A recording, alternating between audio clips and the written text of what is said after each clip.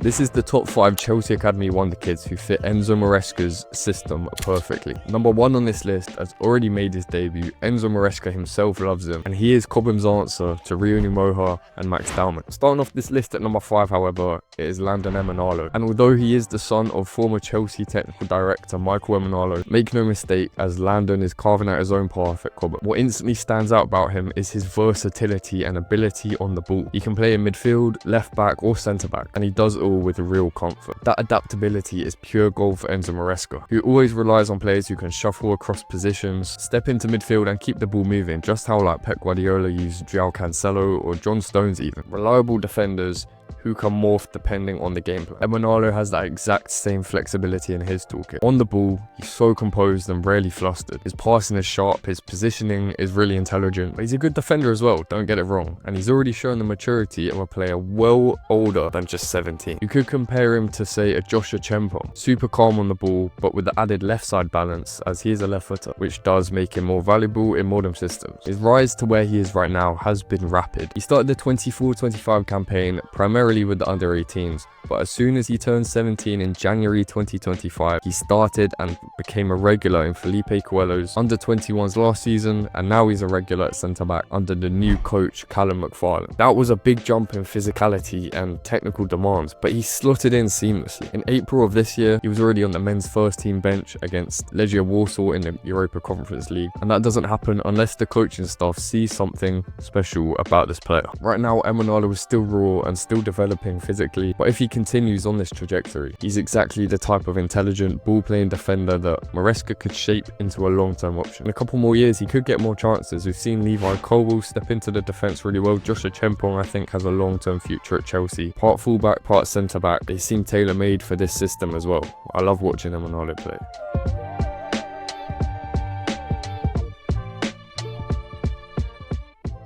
So for some context, I had to add this after number 5. So you'd keep watching, so keep watching. Year after year, Cobham produces good enough players for top level football, but the reality is most of them never make it at Stamford Bridge. Instead, they're often sold on for pure profit, helping fund in transfers elsewhere in the team. But every so often, a few players are identified to bring more to Chelsea by actually playing rather than adding to the books. But they can't just be technically gifted, they need to actually fit the manager's system as well as his philosophy. The most elite, unique and the best of the best, I believe, will rise to the top and make their mark at Chelsea from the academy. And that's why I need to get to know these players, as they could be the next Reece James, Levi Colwill, Joshua Chempong, etc.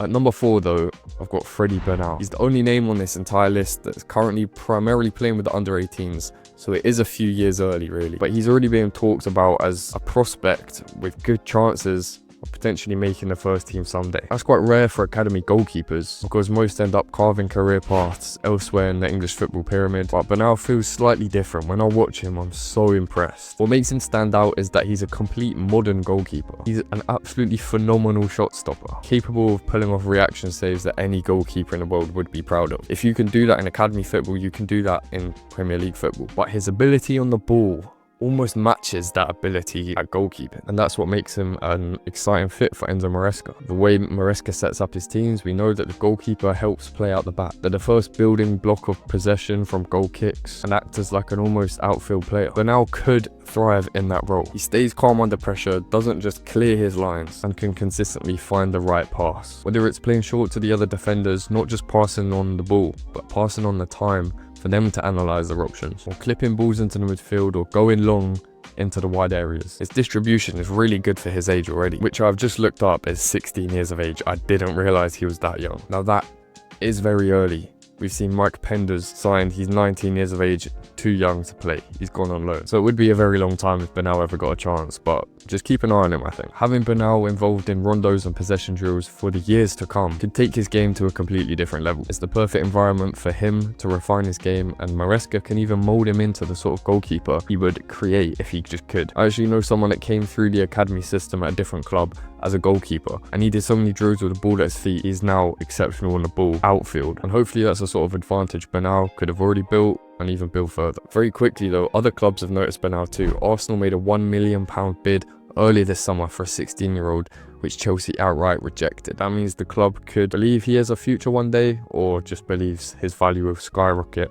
a lot more than that in the future. And yes, he's still with the under 18s, a long way to go. I didn't realise he was only 16, but all the raw ingredients are there, and every time I watch him, I'm very impressed. Moving on to number 3, it's Ryan Kavuma-McQueen. And he's quickly become one of the most exciting attackers at Cobham. He's also 16 years old, but he is playing with under 21s this season, starting games on that left wing. A left-footed left winger is rare to find, but Ryan combines that profile with fearlessness, direct running, and a trademark goal of finishing across the goalkeeper. That makes it incredibly difficult to stop, especially when he's running at his blistering pace. Still only 16, he stepped into the under 21 system this year, not just being involved but starting games at that level. That tells you how much faith the club actually have in him, and he does not look out of place, let me tell you. It's worth remembering too that he played in the same position and age group as Rio Nimoha, and Rio was the one that left Chelsea to get better opportunities. Keeping Ryan this season was a huge win for the academy, especially with plenty of other clubs circling around, and last season he proved why. He featured for both under 18s and under 21s last year, despite just signing his scholarship this summer, but he did handle that jump in intensity. In fact, he actually scored the winning goal for the under 21s against Ipswich, and across his 5 appearances in the Premier League 2 and Premier League 2 playoffs, he managed 2 goals and 2 assists, 4 goal contributions in just 1 start, and the rest coming off the bench. And like I said, this year he's been starting left wing for the under 21s with the number 2 on this list as his captain up front, and the number 1 on this list on his inside in the attacking midfield role. Now, from a tactical perspective, which is the point of this video, Kavuma-McQueen I think is a brilliant fit for Maresca. He's direct, carries the ball with control, and constantly looks to break the defensive lines. He can go one-on-one, or he can bring other players into play. The first team system values wide players so much that can commit defenders and create space for overloads, and Ryan has the tools to thrive in that role. Tariq George is another left winger from the academy who has been given some chances but will surely move on at some point soon. And from there isn't that much competition for a left wing spot in the first team. We've got new signings Gittins and Garnacho. Give it 3 years, who knows. I wouldn't be surprised at all to see Kavuma-McQueen get some first team minutes, maybe even this season, in a cup game or something, as Joe Shields made it his mission to hold on to all the elite talent in the academy after Rio's big loss to Liverpool. One of the incentives to stay at Chelsea would be for first team involvement, and after seeing what Rio did for Liverpool's first team, who knows what RKM could do. He is still very early in his development age-wise, but Chelsea have a really rare profile here, a fearless goal-driven winger who's already shining years ahead of schedule. And number 2 is Shin Mayuka, and he's already looking like one of the most complete strikers to come through Cobham in years. His record at international level speaks for itself. He's represented England at under 15, 16, 17, 18 and 19 levels, scoring 6 goals in 10 appearances at the under 17s Euros a couple of years ago. But it isn't just youth football where Mayuka has been making history. He made his Premier League debut on the 25th of February 2025 this year, coming off the bench against Southampton, and almost scored a header instantly. He also became the youngest player ever to start for Chelsea in a European competition before the number 1 broke this, featuring in a 2-1 away victory over Copenhagen, and these milestones just underline how fast his development has been. This season though, he has kicked on even further, more than I could have imagined. Donald McNeely, the under 21 striker who was finished top scorer last season, has left. He's joined Nottingham Forest on a free, which is a pretty big loss, but Mayuka stepped into that under 21s striker role, also captaining the team at 17 years of age. And on the opening day of the Premier League 2 season, he scored a hat-trick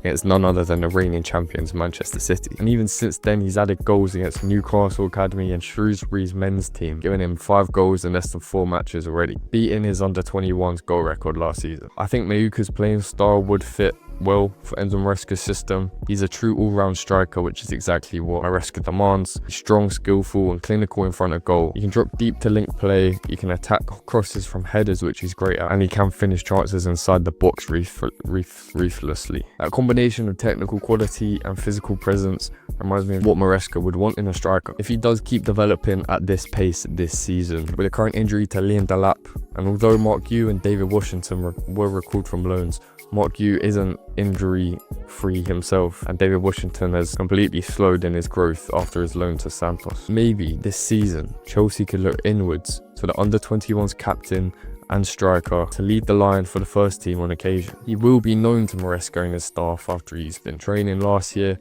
He started his own game last year in the Conference League, so watch this space.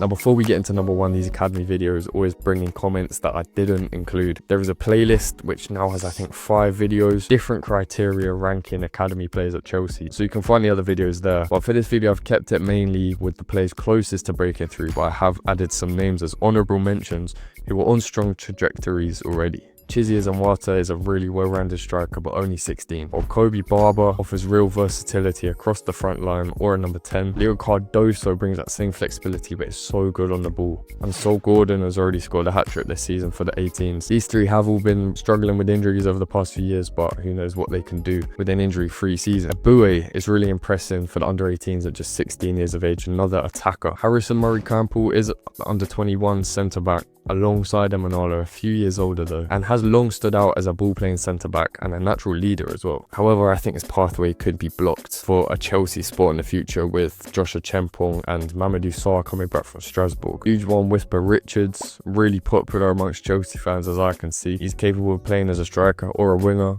He's been impressive so far this season. I think it's time for him to move out of academy football, but he has just come off a 400-day injury, so does need to prove himself again. Then there's Subaloy, a centre-back who's just 17 years of age, super tall, physical, but great on the ball. And Diakite, someone that can attack the left side, but defends well as well. Just 16 as well. These players aren't quite ready for debuts or roles lined up for Maresca's system just yet, but they're absolutely ones to watch and could crack this top 5 for the next generation, maybe next year. But at number 1, the standout wonder kid who looks tailor-made for Enzo Maresca's football as well is Reggie Walsh. Still only 16 years old, he's already making waves far beyond his age group. Walsh joined Chelsea as a 7-year-old, growing up just a stone's throw from Stamford Bridge itself, and he's been rising through the ranks at an incredible pace. A first-time midfielder, Walsh has shown he's so technically gifted he can operate across the number 6, number 8 or number 10 position, but it is the number 10 where he has really stood out and looks to develop this season with the under-21s. He has the vision and composure to receive the ball between the lines, link play and make things happen.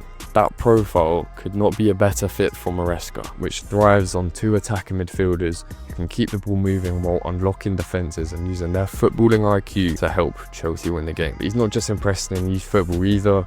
In the Conference League against Djurgården, Walsh became Chelsea's youngest ever starter in a European competition, breaking Mayuka's record. And after that game, Maresca's words spoke volumes. He's very young, but in the way we want to play, in our way, in our style, he is perfect. And that's as clear an endorsement as you'll hear from the manager himself. Now this season, I didn't expect Walsh to have such a central role to the under-21s. Under Callum McFarlane, he plays with a number 10 central attacking midfielder, and Walsh has been trusted in that position already. As he continues to adapt over the coming years, he could be shadowing the kind of role Cole Palmer plays in the first team, floating between lines, dictating possession and providing the spark in the final third. Maresca and the coaching staff clearly see something special in Reggie Walsh, and if he continues on this path, he really could be the academy player with the clearest runway into Chelsea's long-term plans.